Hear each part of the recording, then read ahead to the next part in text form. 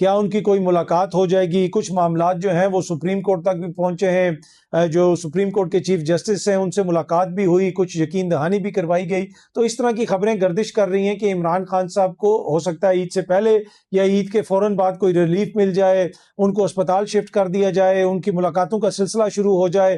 پھر یہ باتیں بھی چل رہی ہیں کہ عید کے بعد تحریک انصاف کوئی تحریک بھی شروع کرنے جا رہی ہے. تحریک انصاف پیپلز پارٹی کے ساتھ مل کے موجودہ جو سیٹ اپ ہے اس کو ایک طرح سے چیلنج بھی دے سکتی ہے. اور اسی طرح جو بشرا بی بی سے ملاقاتوں والا معاملہ ہے وہ بھی ہائی کورٹ پہنچا ہوا ہے، آلدو کہ ہائی کورٹ نے کل فیصلہ دیا کہ جو بشرا بی بی کی فیملی ہے وہ دوبارہ جو سپرنٹینڈنٹ جیل ہے اس سے رابطہ کریں اور اسے کہیں کہ جناب ملاقات کروائی جائے. وہ معاملہ دوبارہ ادھر بھیج دیا. اب معزز عدالت فیصلہ بھی دے سکتی تھی لیکن یقیناً اس میں کوئی آئینی اور قانونی معاملہ ہوگا. اسی وجہ سے سپرنٹینڈنٹ جیل کو جس کے حوالے سے گریوینس ہے خان صاحب کی فیملی کو، بشرا بی بی کی فیملی کو، معاملہ دوبارہ اس کو بھجوا دیا گیا.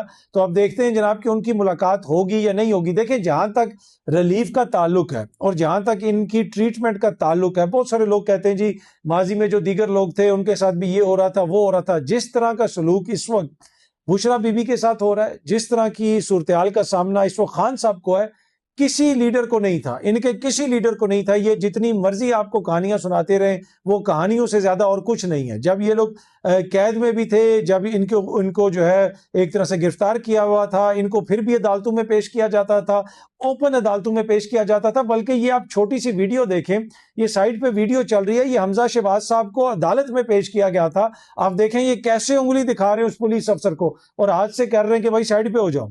یہ اس طرح جناب ان کو ساری چیزوں کا سامنا تھا. اب خان صاحب کی تو کسی نے 2-2.5 سال سے شکل ہی نہیں دیکھی. تو جو دوست ہر عید سے پہلے یہ خبر دینا شروع ہو جاتے ہیں، چھوٹی عید سے پہلے بھی کچھ بڑے جید صحافیوں نے یہ خبر دی کہ جناب وہ عید سے پہلے رہا ہو جائیں گے اور یہ معاملہ چل رہا ہے وہ معاملہ چل رہا ہے. میں نے اس وقت بھی آپ کو کہا تھا کہ اس نظام کے اندر اتنی سخت نہیں ہے پیپلز پارٹی اور نون لیگ کے اندر کہ عمران خان کو چھوڑ دیں اور پھر یہ سسٹم چلتا رہے.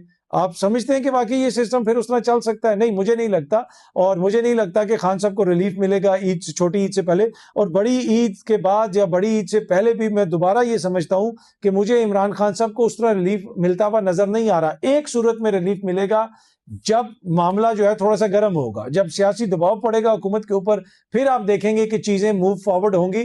اس دفعہ تو بڑی عید پہ مجھے لگتا ہے کہ ونس اگین، یہ میرا تجزیہ ہو سکتا ہے میں غلط ثابت ہو جاؤں، کہ خان صاحب کو پھر دوبارہ ایون کہ عید کی نماز پڑھنے کی اجازت بھی نہیں دی جائے گی.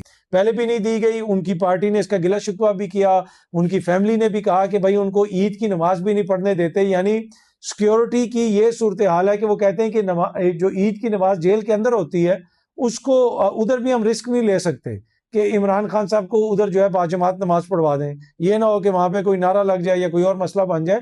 تو جو لوگ یہ کہہ رہے ہیں کہ جناب وہ عید کے فوراً بعد ان کو ریلیف مل جائے گا یا عید سے پہلے ان کو ریلیف مل جائے گا، مجھے ایسا ہوتا ہوا نظر نہیں آ رہا.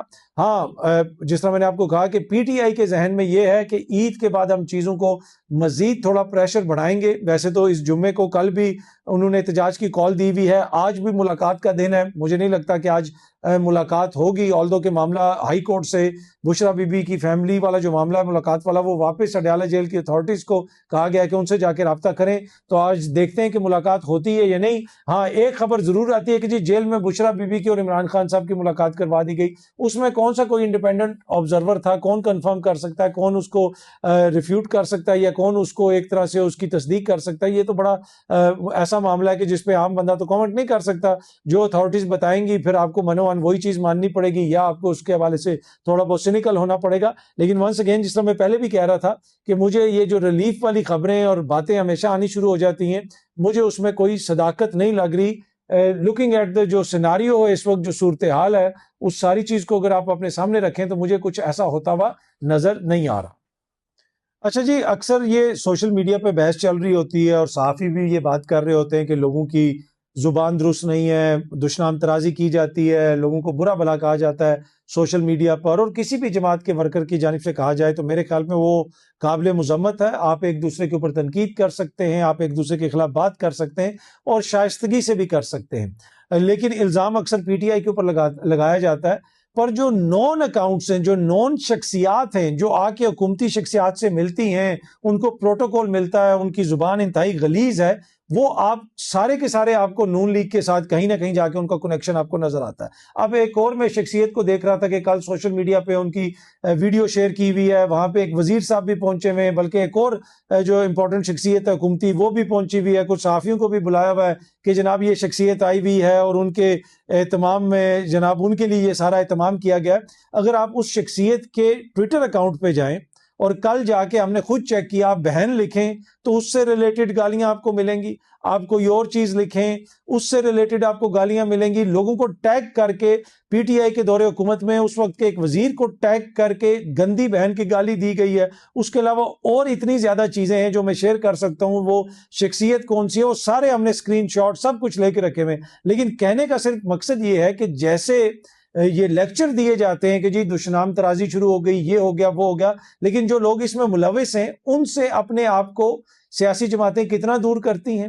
آپ پی ٹی آئی کے اوپر تو الزام لگاتے ہیں، لیکن کون سا پی ٹی آئی کے دور میں بندہ بیٹھ کے سامنے لوگوں کو ماں بہن کی گالیاں دیتا تھا اور اس کے اعزاز میں تقاریب ہوتی تھیں یا اس کو پروٹوکول ملتا تھا؟ کوئی گمنام سا اکاؤنٹ بھی بات کر لے تو صحافیوں کو اخلاقیات کے دورے پڑنا شروع ہو جاتے ہیں، میرے خلاف بھی مہم چل گئی، میرے خلاف بھی مہم چل گئی۔ یہاں پہ 9 لوگ ہیں جن کی شکلیں سامنے، جو ماں بہن کی گالیاں دے رہے ہوتے ہیں، خواتین کو بھی دے رہے ہوتے ہیں، مردوں کو بھی دے رہے ہوتے ہیں، اور ان کے ساتھ نون لیگ کی قیادت کی تصاویر، ان کو نون لیگ کی لیڈرشپ فالو کر رہی ہوتی ہے، ان کو وزراء فالو کر رہے ہوتے ہیں، ان کو صحافی فالو کر رہے ہوتے ہیں، لیکن اس کے اوپر کسی کو کوئی اخلاقی مسئلہ نہیں ہوتا، کسی قسم کا کوئی اخلاقیات کا دورہ نہیں پڑتا۔ تو یہ بڑی سلیکٹیو قسم کی اخلاقیات ہیں جو گزشتہ 3-4 سالوں کے دوران، اور ویسے تو تقریباً گزشتہ 10 سالوں کے دوران جو ہم نے دیکھی ہیں، کہ یہاں پہ اوئے کہنے سے جو ہے نا ایک دم سے کہتے ہیں کہ جناب یہ اوئے کہہ دیا تو ساری سیاست خراب ہو گئی، سیاست کی زبان خراب ہو گئی۔ اس سے پہلے پاکستان کی سیاست کا ماحول ایسا نہیں تھا۔ یہ سراسر غلط بیانی ہے۔ آپ 90s میں جائیں،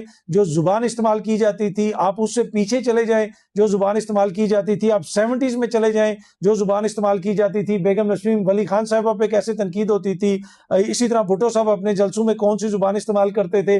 ہم نے جب آئی جی آئی بنی، میں چھوٹا سا تھا، مجھے ابھی تک یاد ہے کہ آئی جی آئی کے حوالے سے جو ایک نعرہ لگتا تھا، ایک دن ہم کھڑے تھے، ہم چھوٹے چھوٹے ہوتے تھے، تو ایک سزوکی گزری اور اس کے اوپر نعرہ لگ رہا تھا اور پیپلز پارٹی کے جھنڈے لگے ہوئے تھے، اور وہ نعرہ لگا رہے تھے کہ 9 ستارے چاندی کے یہ سارے پتر، وہ پھر ایک اور کوئی انڈیا سے کسی بندے کا نام لیا ہوا تھا اس کا، اس طرح اسی طرح اور بھی بہت سارے نعرے تھے، بہت ساری ایسی چیزیں تھیں جو ہم نے دیکھی، اور کیا کچھ نہیں یہاں پہ ہم نے دیکھا۔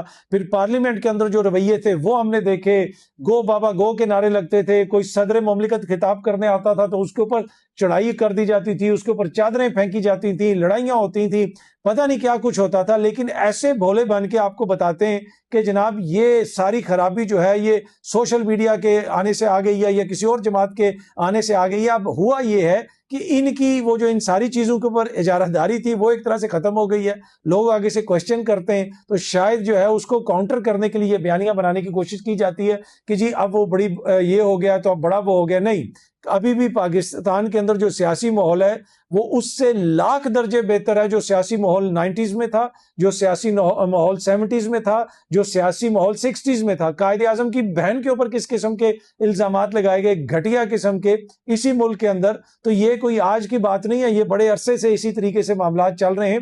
لیکن جس طرح میں نے پہلے بھی کہا کہ 90s میں جناب انہوں نے ایک دوسرے کے اوپر جو مقدمات بنائے، زرداری صاحب کے اوپر کس نے مبینہ طور پہ تشدد کروایا؟ رانا مقبول صاحب نے، جب وہ آئی جی جیل خانہ جات تھے، زرداری صاحب کی زبان کٹی اور اس کے بعد اسی رانا مقبول کو نون لیگ نے سینیٹر بنایا۔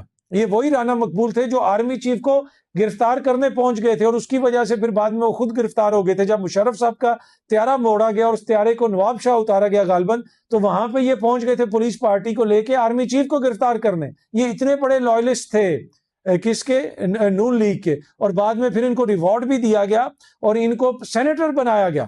یہاں پہ آپ بات کرتے ہیں جناب کہ یہ ملک دشمن جماعت اور وہ ملک دشمن جماعت، یہاں پہ کیا کچھ نہیں ہوتا رہا۔ تو یہ بڑی لمبی یہاں کی تاریخ ہے، لیکن لگتا یہ ہے کہ ہر کسی کی جو میموری ہے وہ بڑی سلیکٹیو ہے، جو وہ یاد رکھنا چاہتا ہے بس وہی وہ یاد رکھتا ہے۔ اچھا جی، امریکہ لگتا یہ ہے کہ اس کا موڈ ہے کہ کیوبا میں بھی کارروائی کی جائے، اور کیوبا کے جو سابق صدر ہیں ان کے اوپر 2 طیارے مار گرانے کے الزام میں فرد جرم عائد کر دی گئی ہے امریکہ میں۔ اب یہ جو سابق صدر ہیں راؤل کاسٹرو، یہ فیڈل کاسٹرو کے بھائی ہیں، اور شروع سے جب سے وہاں پہ ریولوشن آئی ہے ادھر ساتھ ہی وہ رہے ہیں۔ امریکہ چاہتا ہے کہ جس طریقے سے انہوں نے نیوٹرلائز کیا ہے